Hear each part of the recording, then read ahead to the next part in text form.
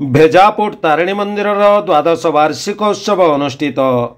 कोरापुट जिला दामनजोड़ी उपखंडस्थ भेजापुर तारिणी मंदिर द्वादश वार्षिक उत्सव शुक्रवार अनुष्ठित हो यह अवसर में सकाळे स्थानीय मरीचमाला नदी गंगा आवाहन करा जाई कलश शोभायात्रा होइतिला। यह सहित देवींकर महास्नान मार्जना श्रृंगार आदि नीति पर षोडश उपचार पूजा एवं होमयज्ञ आदि अनुष्ठित होइतिला। मंदिरर दैनंदिन पूजक संतोष दास और मानस दास पूजार्चना करिथिला बेले कैलाश चंद्र माहुंतंक सह सहधर्मिणी लक्ष्मीप्रिया माहुंत कर्ता दायित्व तुलाइथिले।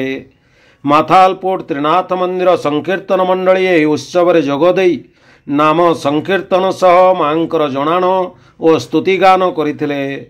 मंदिर परिचालना कमिटी सभापति तथा विशिष्ट शिल्पपति सरोज कुमार स्वाईं सह श्रीचरण पढ़ियारी बाबुली स्वाईं प्रमुख उत्सव परिचालना करिथिला बेले भेजापुर मार्केटर व्यवसायी और ग्राम लोके सहयोग करथिले। कोरापुट जिला दामनजोड़ी मानस रंजन करंक रिपोर्ट।